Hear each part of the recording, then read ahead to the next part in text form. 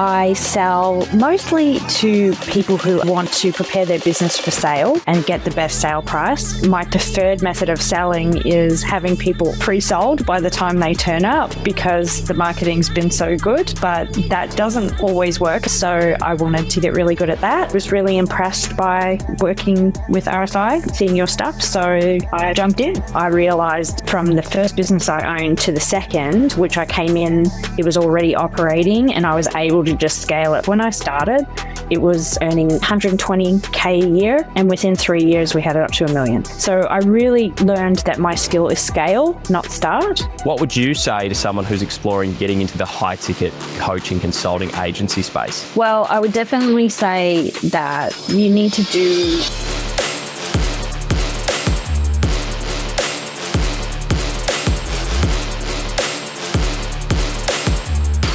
Jaime Almond, I'm so excited to have you on the Remote Sales Podcast. Welcome. Thank you. So for the listeners, do you mind giving us some insights into who you are, where you live in the world, and what you sell? Yeah. So I'm Jaime Almond, and I am in sunny Melbourne.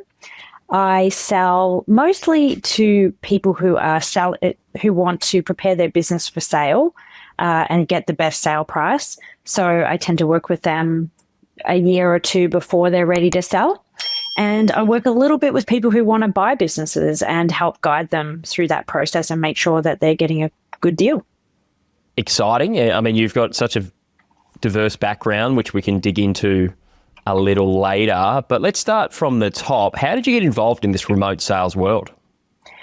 Yeah, so I've had a couple of businesses before, and especially through the business acquisition world, I started to really get clear that I wanted to be the best seller that I could be. And my background is very heavy in marketing. And so my preferred method of selling is having people pre-sold by the time they turn up because the marketing's been so good.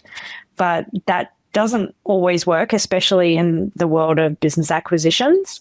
So yeah, and also obviously in what I sell is more in the high ticket realm. So I wanted to get really good at that and was really impressed by working with RSI and seeing your stuff. So I jumped in.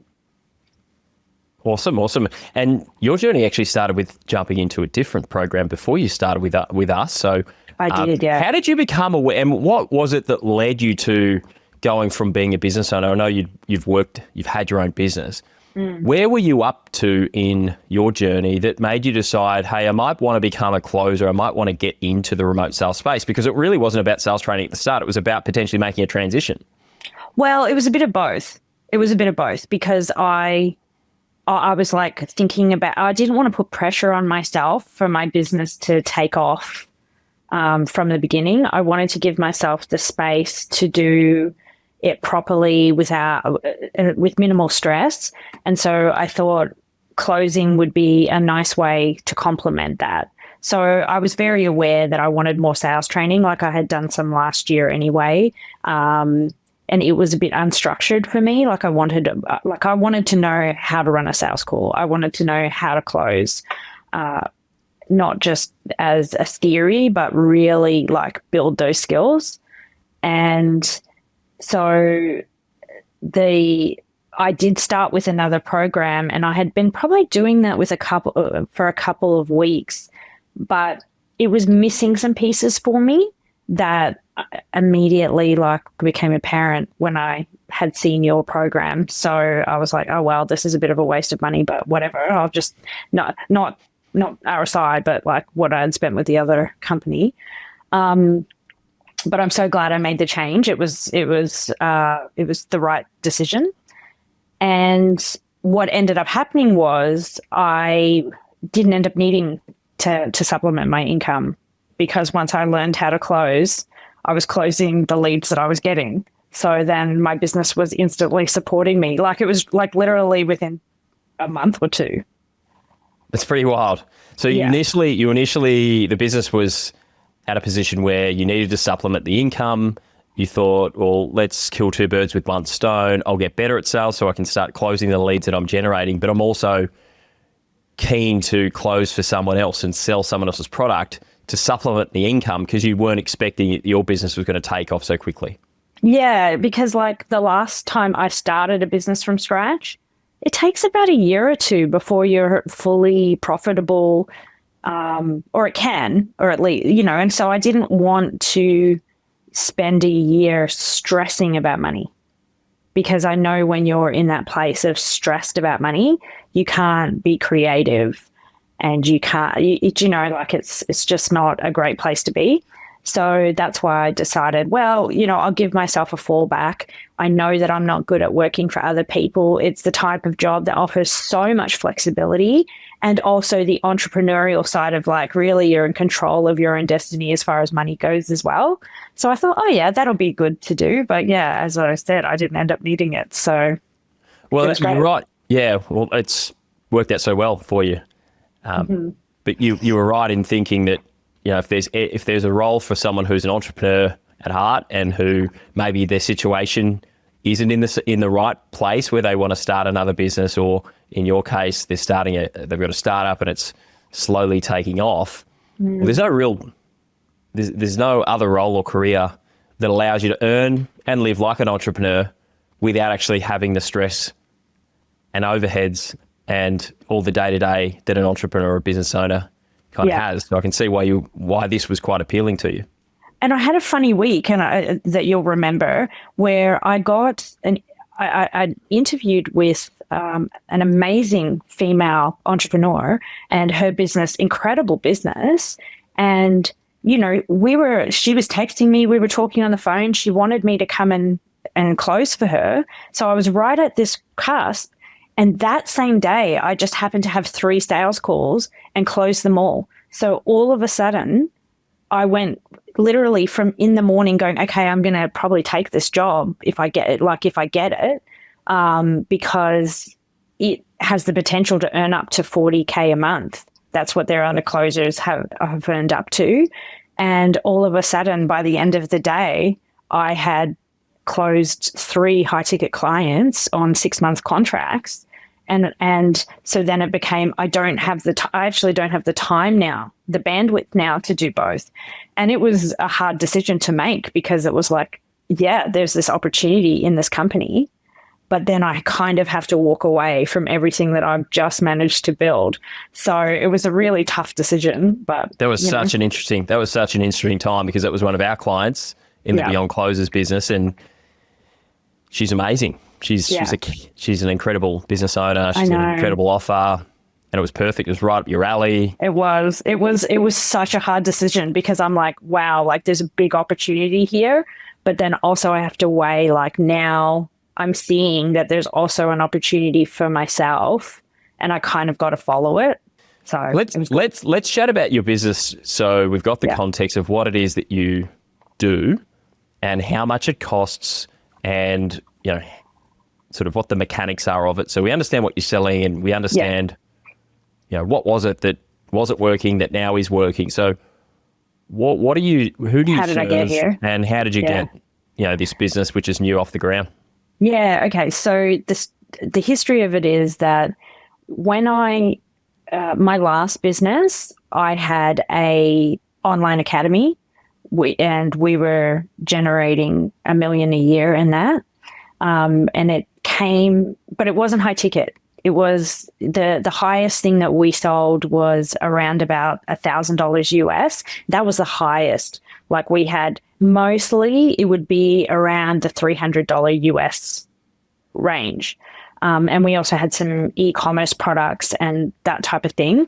And that type of business, it's more of a grind. Like, you've got to be always marketing, always selling something new, because, we could do a $50,000 US launch, but we'd have to do multiple of them a year with a new product, So it was, when I stepped away for the personal reasons, it was a big, emotional. So I used a lot of the money that I stepped away with to go, okay, I'm going to buy a business, because I realized from the first business I owned to the second, which I came in, it was already operating, and I was able to just scale it. Like, when I started, it was earning, I think, 120K a year. And within 3 years, we had it up to $1 million. And that was because I came in and did the operations and the marketing. So I really learned that my skill is scale, not start. Like I've met incredible entrepreneurs through this process of trying to buy a business, and their strength is start. And they get to a certain point where then the business is operating smoothly and they're bored. They want to start their next project. And I look at that and go, well, that's, to me, that part is so stressful. I like the part where you can come in and scale. But buying a business is not easy. A lot of the best deals don't even make it to the market. And I had just moved back from from Canada, living there for nearly 20 years. So I didn't have a business network in Australia. So I spent a year and a half full-time looking to buy a business. And I started posting on TikTok my journey. I would recreate financial statements to showcase some of the things that I was seeing in the businesses, and people started hiring me because apparently I have a skill set that I didn't realize was special. So now I do analyze some deals for people who are buying, but I'm also building a pipeline of good businesses that are coming up for sale because I'm now working with people who are a year or two out from selling. And yeah, there's some good ones, but they probably won't make it to the public market either because I've got a bunch of buyers who are like, as soon as you know of something, let me know. So yeah, the good ones just don't make it to the market. They don't really last long. It's like property. It's like property. Yeah, good properties don't last long, and often they don't make it to real estate domain. And good businesses are the same. Have you? Yeah. What is how do you work with clients, and what do they pay? Yeah, so I work with them on a weekly or bi-weekly basis, depending. I try to do it weekly because it just keeps things flowing. There's a lot of kind of tasks that businesses we might need to fix. Like, for example, I have a client right now, major staff issues, and so she's trying to normalize her staff problems because we can't focus on scale until the delivery is sorted out. We had some key staff move on.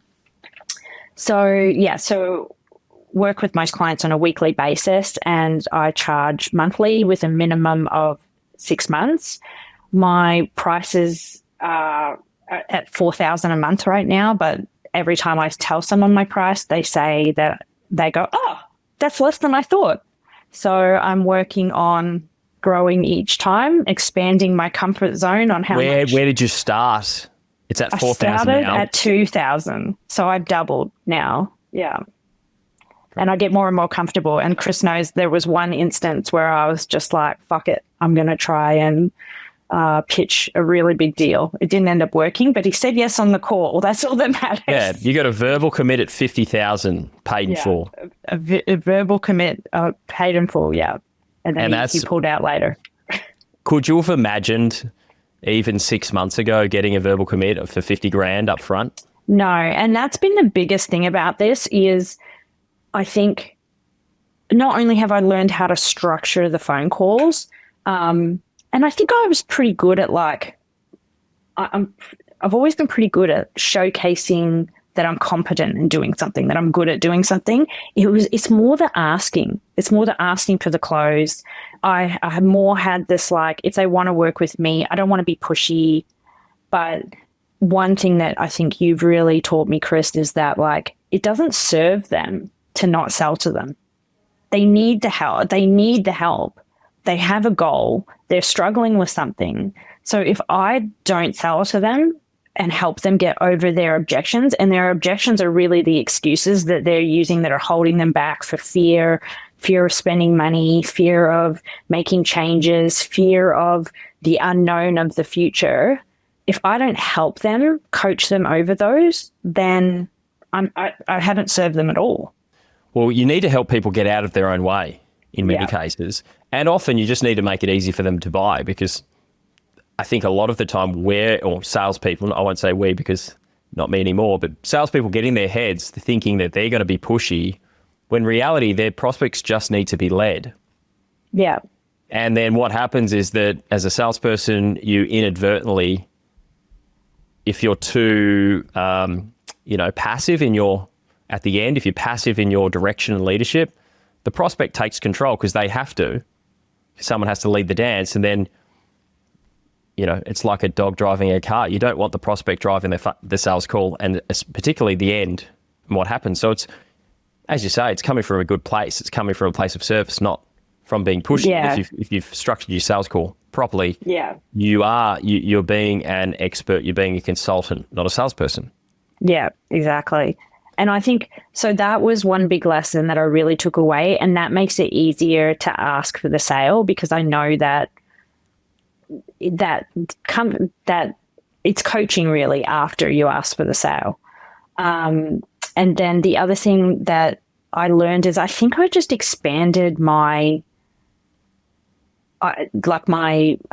horizons by looking at all these other businesses and what they're charging and just realizing how much I've undervalued myself over the years. So really asking for that $50,000 sale was part of me experimenting with, I can do this, I can ask for more money, and I can believe that I'm worth it, versus like I'm trying to get as much money as I can out of this person. Like it was really about me trying to sit in the next iteration of how much money I can charge. Wow. That's a powerful decision or belief to have. It's not about trying to squeeze someone for money. It's about knowing your value, your worth, and the value you're going to bring to the prospect. And in your case, it's your own service. It's what you bring to someone. And so you know that. And if you truly believe that, then you would be doing yourself a disservice by undercharging. Mm-hmm. And on the flip side, is if you're a salesperson, it's what's so important to sell things you believe in, because you need to believe that what you're selling has 5-10 times return on investment, because the value is just so incredibly high. It's very hard to sell something where you don't see the value. And it's also very hard to sell yourself if you don't value yourself. If you lack confidence, it's very hard to sell yourself. Well, because I think the key is it's like before you thinking, oh, I want them to choose me, right? And so you kind of put your identity, especially when you're selling yourself, there's a little bit of the identity of like, oh, I want them to choose me, to moving towards like, it's really about them. It's got nothing to do with me. Like I know that I can help people, and that can dramatically change. Like 80% of businesses don't sell. The good ones don't make it to the market, which is amazing. But then 80% of them don't sell because people have created themselves a job. So if I can help, and so even if they do sell, if they haven't prepared for it, they're not going to get what they should. And a lot of entrepreneurs, their business is their retirement plan. But imagine getting to retirement or close to retirement or being burned out and having someone tell you that your business is only worth $100,000, where you're taking or $200,000, and you're like, well, I'm taking home with all my, add-ons and everything about $150 a year. So why would I sell this for $100,000 or $200,000? It doesn't make sense. But then you're in a trap. You're stuck in a job. It's a prison. So it sounds like you do amazing work. You essentially you help business owners get their business ready for sale. Is that sort of accurate? So they can get the very best sale price. Love it. And it's a coaching and it's done for you. So you do it with them, you hold their hand, and you also do some of the work for them? Not really. It's mostly coaching. I might expand to more done for you. I've considered getting my business broker license. But right now, I just love the more coaching model, because it's so much fun. On a day where I have stacked with coaching clients, I come away energized versus drained. And I know the second I have to carry over work to do outside of a call, I'll just be drained. Where were you when you started this journey in terms of monthly recurring revenue? Where are you at the moment? Well, I had just do you mean when I started with RSI? Yeah. I literally just started the business. I had one coaching client, which was $2,000 a month. and I had, like, I get some ad hoc people just wanting me to analyze deals and stuff. And that was only so it's only been 4 months, I think. And now I'm at 16,000 reoccurring. And then I also have like the ad hoc jobs coming in. That's pretty incredible. It's pretty incredible. My problem now is leads, because I get leads from my content, but my content takes a really long time to do. So for the last 2 months, I haven't really got any incoming leads, because I've been trying to figure out a system of content, testing different content companies, that kind of stuff. So it's not about closing right now. It's about the fact that because I am still in that startup, I'm trying to get all of my systems in place. So then when I do have more business coming in, that's all running properly, startup stuff. So it's not bad though to be in startup in the first 6 months of startup and to have those coaching clients. I feel like I'm doing really well. You're doing incredibly well. 16,000 recurring within a short period of time, and you're covering your bases. You've got all your expenses. You're living well. You're head above water. You're not stressed about money. What a great, and you've turned down a $40,000 a month potentially, or a potential to earn 40 grand a month closing role. Yeah, you're in a good spot. Hopefully it was the right decision. I think it was. No, it was the right decision, because I love what I do, right? And that was, I would have always been thinking about how I want to be doing more of this, and I would have been trying to juggle both. So I made the right decision. Yeah. Absolutely. And let's chat about you're a student who I would class as highly engaged. So you came into the program and started working with us, and there are students who are a little bit more passive in their learning. Some just throw themselves 2 feet in. You're probably on the latter. What worked for you with the training, and just in terms of sales training in general? What was it that really clicked for you that helped you break through? Firstly, I'm a big believer of what I like about, it's a double-edged sword, but what I like about high ticket programs as a student is you kind of go, I got to get my money's worth out of this, right? Like, I've just dropped a whole bunch of money on this. So there's that kind of motivation. But I think what works best for me is, and it's the same reason coaching works really well for me, is a collaborative situation. We're working together. Like, I'm not as motivated, and I still will do things, but I'm not as motivated when it's more self-guided.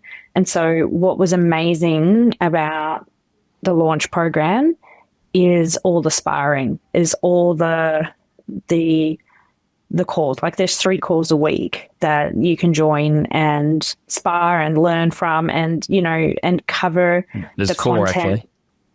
Oh, right. Yes. The coaching call. The career call. The career coaching call, which I didn't feel like I needed. So in my calendar, the career call wasn't relevant to you. So there was three more so for sales. Yep. Yeah. 3 sales calls. Yes. And for me, just having that structure to help learn was really important to me, and worked really well. And then the flip side of that is you as a content creator are a very structured person as well. So you create systems and processes that make it easy to follow and easy to apply. So it's so that also helped as well. So if you like structured learning and you thrive in an environment like that, which I do, it's easy. It's easy to show up. And the content is just so good. Thank you.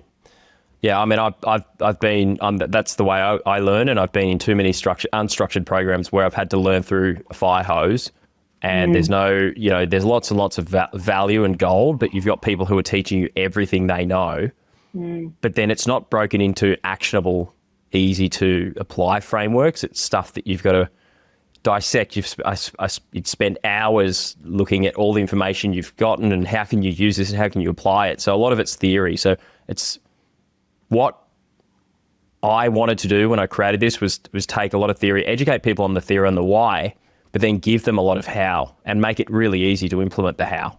Yeah. Yeah. And for me, because I had my own offer, I was able to use the structure that you were teaching people how to sell and then write my own offer, backwards engineer my own offer from it. And then as soon as I did that, then in all the sparring and everything, I just started using I didn't spar any other offer. I just sparred my own offer. Yep. And that really helped too.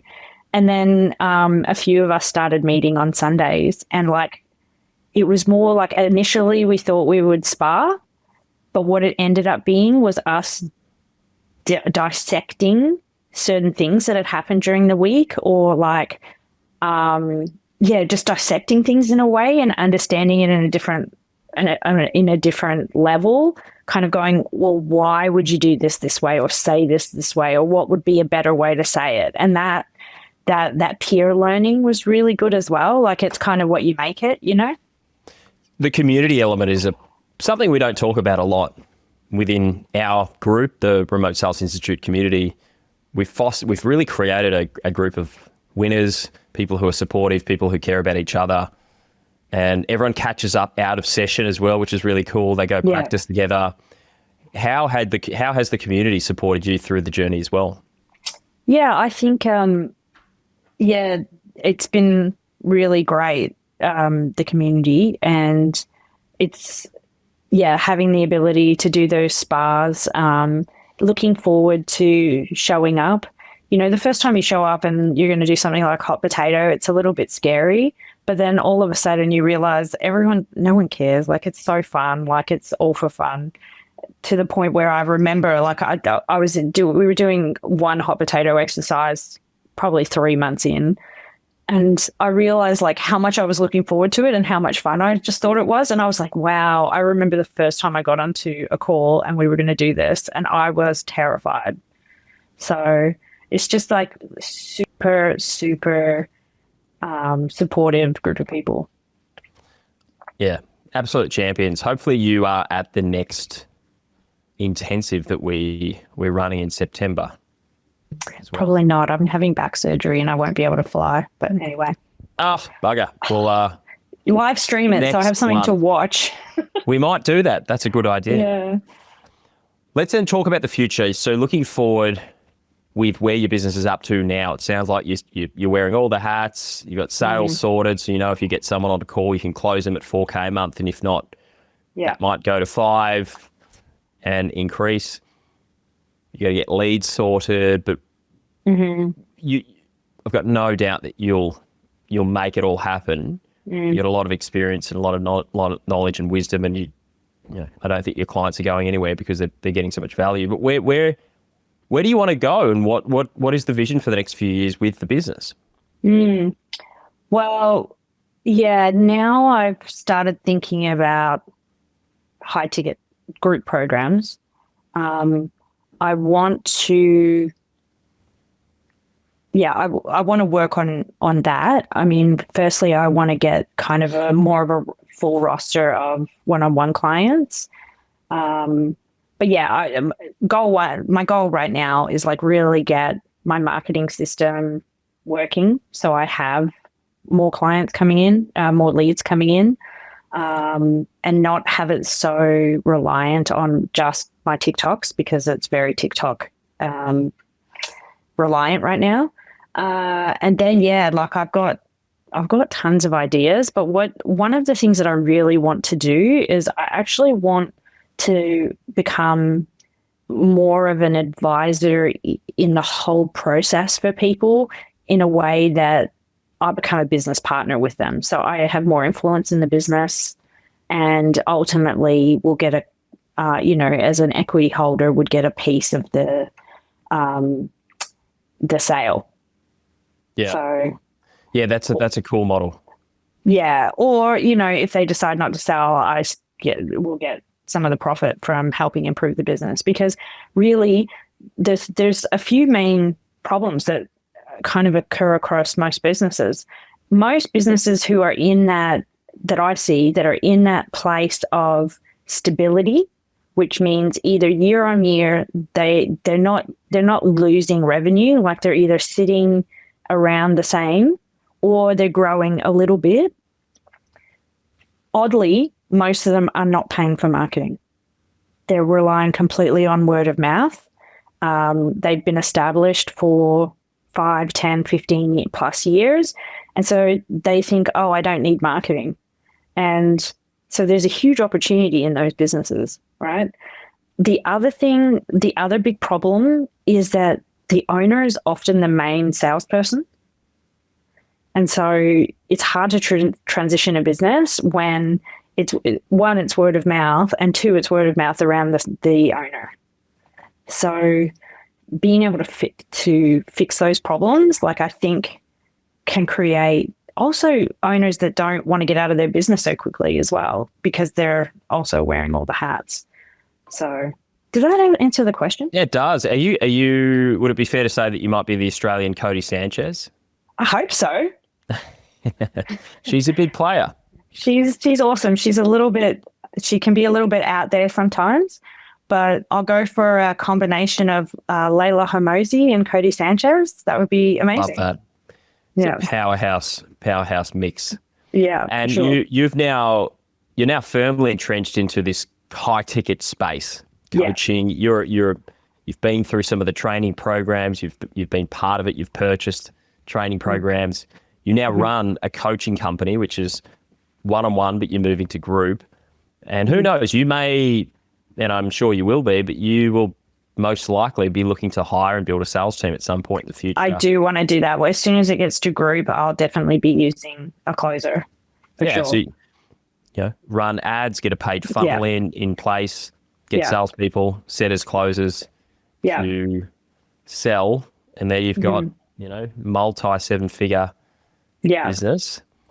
Yeah, I'm building my funnel right now, actually. I've got one of Russell Branson's like platinum award-winning people building it out. So I'm looking forward to getting that up and out there. So I'll be one step closer to hiring closers.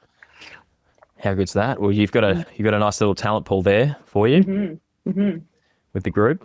And just for anyone who's exploring, this world, a lot of our students, a lot of people who are wanting to they're wanting more time or freedom, flexibility. They want to have uncapped earnings. They want to, as we said at the start of the call, they want to live like an entrepreneur and earn like an entrepreneur without the stress of running a business. But they don't know anything about the high ticket space, and they're almost skeptical because all they've known is the brick and mortar traditional business models. What would you say to someone who's exploring getting into the online space, and particularly the high ticket coaching, consulting, agency space?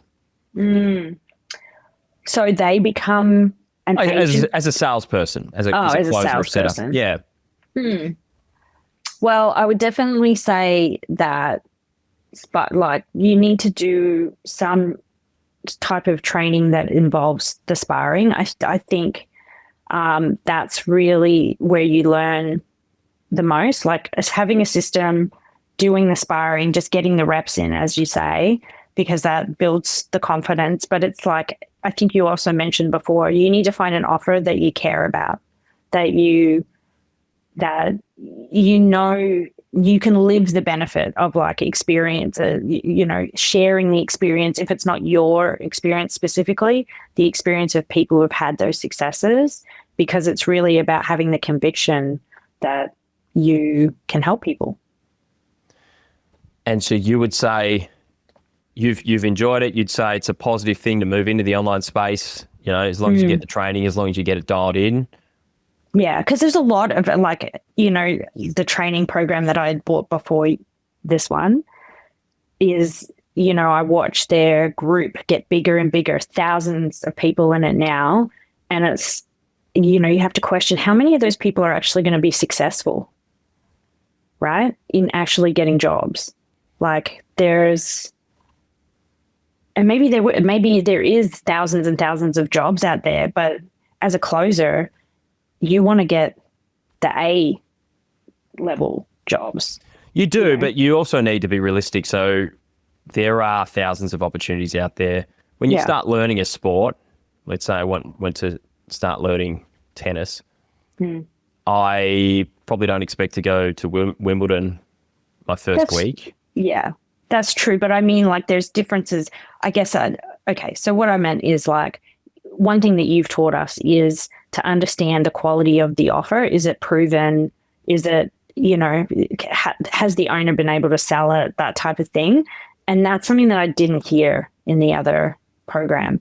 And I guess like my standards might be, not a bit unrealistic, because I'm watching all the community get jobs in great offers every day because of the way that you guys go through the process of helping people prepare themselves to find those types of jobs.